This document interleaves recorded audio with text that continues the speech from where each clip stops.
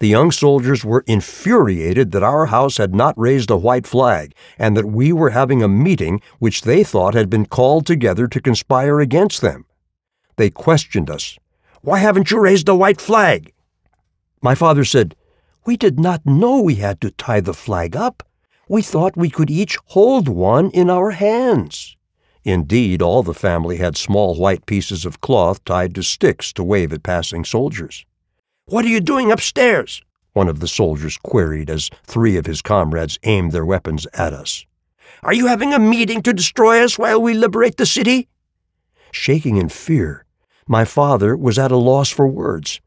But my uncle came to his rescue, saying, "No, we are playing cards and waiting to see what orders we are to receive from the new liberators. We do not have plans to fight against the new front."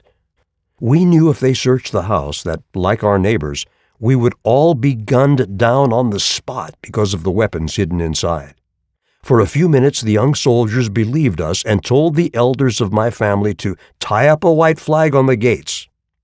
They quickly changed the subject and asked us for directions to the Olympic Stadium, where they were assigned to join up with other Khmer Rouge soldiers. Uncle Simon quickly said, "It is about 5 kilometers from here. You just need to go straight and you won't miss the stadium at all." Upon hearing this, the young soldier who had been speaking to us told his 2 comrades to arrest my uncle. They immediately tied him up in front of all of us. My whole family, especially my mother, was crying and shaking. They knew that these young boys toting guns would kill my uncle somewhere along the road.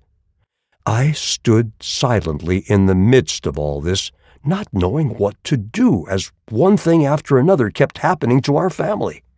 My grandmother was also crying hard as they led away her son. Nobody knew what to do except beg the young soldiers not to hurt Simon. They escorted him out of the house and into the road as we were crying and begging, expecting the worst. No one in the family, including my father, knew what to think anymore.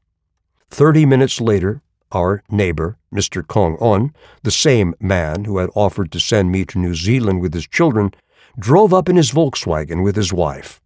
They stopped in front of the gates and spoke to Father. Mr. On asked if he wanted to come to the meeting with the Khmer Rouge. He wanted him to attend the peace talks and become a part of history.